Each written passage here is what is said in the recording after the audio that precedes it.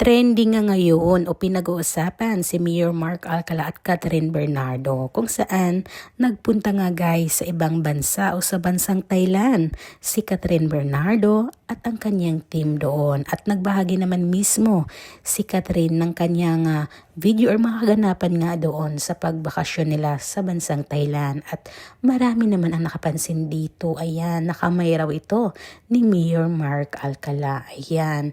At pati na rin sa pagkain ng favorite nga ni Kat na Tom Yum, ayan, ay nakahawak siya sa bicep nito ni Mayor. O talagang iba talaga ang blooming at ang sweet ni Kat.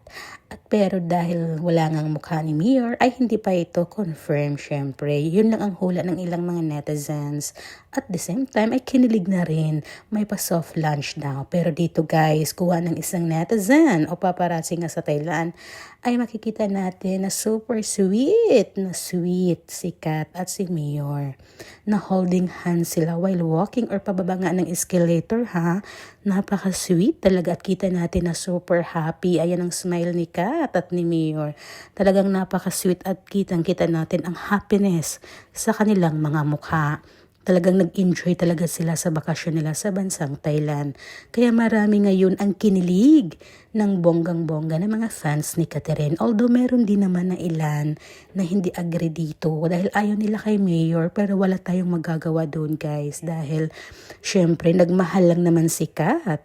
Syempre kung saan siya masaya ay dapat support natin, 'di ba? Ayan. Pero wala pang official confirmation pero based kasi dito sa mga videos o mga larawan na kumakalat online ngayon sa kanilang bakasyon sa bansang Thailand ay talagang parang sila na, ayun oh, napaka-sweet, holding hands. Talagang napaka-sweet naman talaga at deserve naman talaga ni Kat na lumigaya ang kanyang puso, 'di ba? Basta saan ka masaya Kat ay doon kami. Kayo ba guys? Natutuwa ba kayo dito?